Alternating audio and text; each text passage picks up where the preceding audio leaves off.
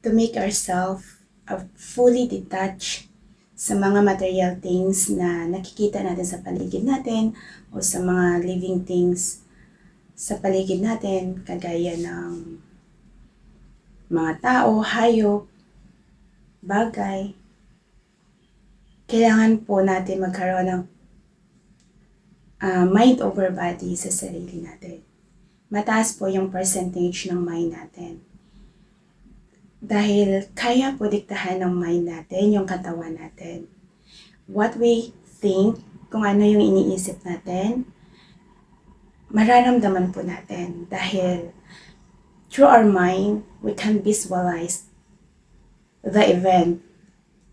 Kumbaga, andun ka sa visualization, andun ka sa imagination. Every time you enter the imagination stage ng mindset natin, ng mind natin, andun ka sa illusion complex. Sa illusion complex, pwede ka mag-enter into a different timeline. Ang timeline is past, present, and future. Nakadepende po yun sa isang individual na tao kung ano yung iniisip niya. Doon po siya nag-i-enter. Kapag ginamit po natin yung mind natin, kailangan po magkaroon po tayo ng awareness sa sarili natin. We need to be a conscious awake sa mga nangyayari sa paligid natin, and we need a deep understanding sa sarili natin. Kailangan natin tanungin yung sarili natin. Ano ba yung magpapaligaya sa atin? Is it the material things, the people that surround us? Lahat ba nung makikita natin sa paligid natin? Lahat ba nung tao sa paligid natin, it will last forever? Na lagi ba sila andyan sa tabi natin para pasahiyahin tayo? We need to realize that they are not last forever. Kung bakit kailangan natin makita sa sarili natin yung true happiness natin, na it will last forever. Yung mga bagay-bagay, lahat ng material things, hindi po yan nagla-last forever.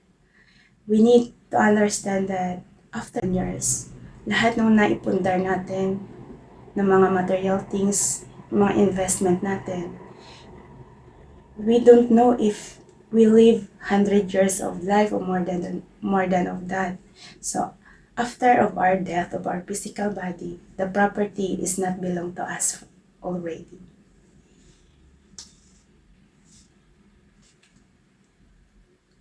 Kung bakit it will not last forever yung mga material things. Sometimes we attach ourselves sa pera. Money, they say money can buy happiness. Yes, can buy happiness, but it will not last forever. Ano lang siya, temporary lang yung happiness na binibigay niya kasi in and out po siya sa buhay natin. Kung bakit ang naglalast forever sa buhay natin is love. Only love cannot buy of money. Kasi yung love, feelings po yun. Kung sa tingin natin na kaya nating bilhin yung love, hindi po siya nabibili.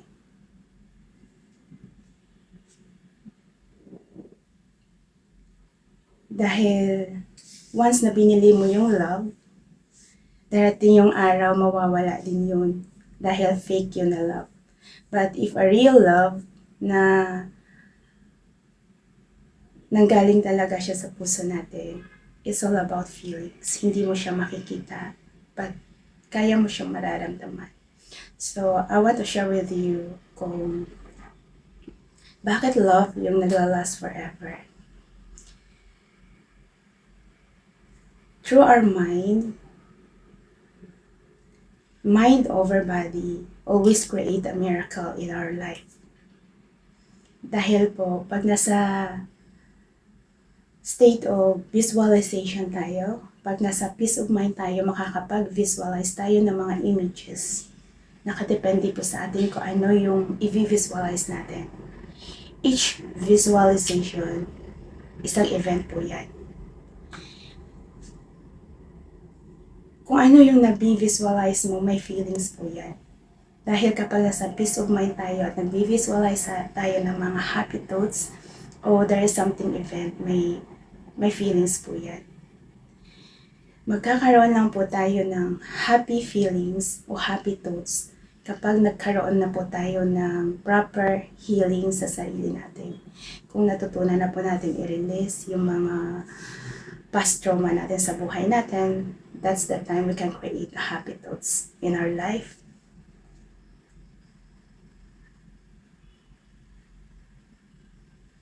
Kasi ako, no matter what happened sa paligid ko, if I want to find my own happiness, I always breathe in, breathe out. I-relax ko yan yung katawan ko. And i-relax ko yung utak ko, i-empty ko yan. Dahil kaya ng utak natin i-kontrolin yung katawan natin. Kung halimbawa gamitin natin yung mind natin para i-shutdown yung katawan natin, kaya po ng mind natin i-shutdown. Halimbawa, gusto natin matulog, kailangan mo i-shutdown yung mind mo. Wala kang isipin para makatulog ka ng mahimbing o mabilis ka makakatulog. Kaya, mind over body will always create a miracle. Mataas kasi yung percentage ng mind natin na it will affect our physical body. It can affect our mental and emotional feelings. Kapag natuto ka sa visualization, you can create a lot of happy thoughts. Na kapag nag-inner focus ka, feel your heart, you can visualize yung mga something na make you happy. Ako kasi, love talaga yung natutunan ko na magbibigay sa akin ng happiness. Na every time I visualize a one person, yung puso ko, hindi ko talaga maiwasan na kinikilig na hindi ko alam kung paano siya nagiging masaya. Pero nararamdaman ko na masaya ako. So, we are all different experience, different visualization. Basta yung mind over body is very effective siya. Pagdating sa health natin, we can use the mind over our body. Kung gusto natin magkaroon ng miracles na gumaling, kailangan natin, halimbawa, kahit na may sakit tayo, kailangan mo isipin na healthy ka, na wala kang sakit. Pag yun ang iniisip mo, you do things na magpapagaling sa'yo, lahat ng mga pagkain na healthy, yun yung kainin mo. Kaya, someday, namamalayan mo na lang na, ay, magaling na ako at wala na akong sakit. Ganun po yung nagagawa ng mind over body kasi always create the miracles in our life. So, I want to share with you kung paano ako nagiging masaya. How to become a balance. Ang una ko kasi na ginagamit is yung pag nagkaroon ako ng emptiness of thoughts, breath in, breath out, empty, and then I empty my thoughts. I can visualize an event na magpapasaya sa akin. So I always, sometimes, it will strike into my heart yung energy that bring me a happiness na hindi ko alam kung saan nagkagaling. Yung number 2 na binivisualize ko is kung kaya po natin we are in different religious belief. We are in different goddess. Yung mukha nila iba-iba. So, each of us, iba-iba yung sinasamba natin. So, sa part ko, we are all, meron po kami. So, I always visualize those image. Kasi once we close our eyes, makikita natin kasi yung darkness. But when we learn to visualize, we can see a light, we can see images, then those kind of image, kailangan natin yun i-feel as reality, na i-feel mo yung present nila, na parang totoong-totoo na andyan sila sa paligid mo, na andyan ka, kasama sila. What can you feel? Ganon po ako mag-visualize. Fini-feel ko kung ano yung mararamdaman ko kung andyan sila sa tabi ko. Kaya once na nag-visualize ako ng mga angel katabi ko, nag-visualize ako ng goddess katabi ko, it always create energy na full of happiness, na kahit ano pa yung nangyari sa paligid mo, kapag ganun mag-strike sa heart natin, super talaga yung happiness na yun, na di mo talaga alam kung saan nanggagaling, but basta masayang-masaya ka talaga yung feelings. Kaya lahat po ay detached siya sa mga material things natin. It's all about mind over body. Kaya it's all about visualization. And kung marunong na po tayo mag-appreciate ng daily life natin, all the blessing that we have in our daily life, we will be happy. Kasi future, past, and present, yun yung timeline na tinatawag. We can enter into a different timeline, and every timeline we can create different visualization. Each visualization, it will give us a feelings. So kung wala ka ng hatred sa sarili mo, if we are fully healed sa mga wound natin, sa mga past trauma natin, so when we learn to forgive our past, we don't have past already. Dahil you will cut the bridge na magkoconnect siya sa past natin. Kaya wala tayong past na timeline. If we go in the future, meron po tayong disappointment. Kaya if you are conscious awake about the future, you need to cut the bridge. Hindi ka na nag-overthink ng future mo. If you will stay in a timeline of present time, doon mo mararamdaman yung happiness na hindi mo nararamdaman dati. Dahil when you are staying in the present time, in the present timeline, doon mo ma-appreciate lahat ng blessing mo.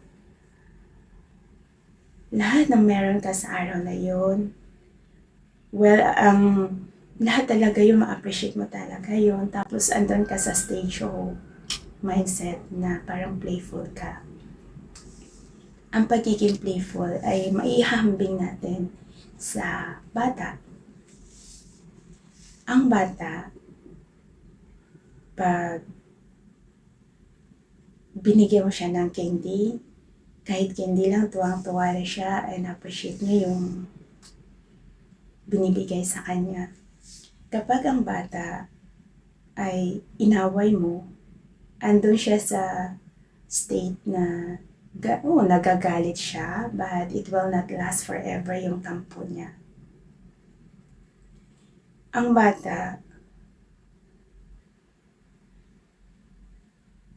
kung anong meron siya sa araw na yun, na-appreciate nila at saka parang go to the flow lang sila. Kaya bilang individual na tao, ang pagiging masaya ay kapag matutunan natin magiging playful, we return back as a child. Just enjoy the life. Just enjoy the present time. Kung may mga tao man na mananakit sa atin, we learn to forgive them for the benefits of us, mentally and emotionally. Tayo pa rin magbe-benefits nun. Kaya, a happy life is when we learn to be playful. Stay in the present time. Enjoy the life. dahil we don't know what is the future is. But what we have is kung ano meron tayo sa present time. Kaya if we learn to stay in the timeline of present, we can enjoy the life, we appreciate what we have every day, because every day is a blessing when we learn to appreciate it.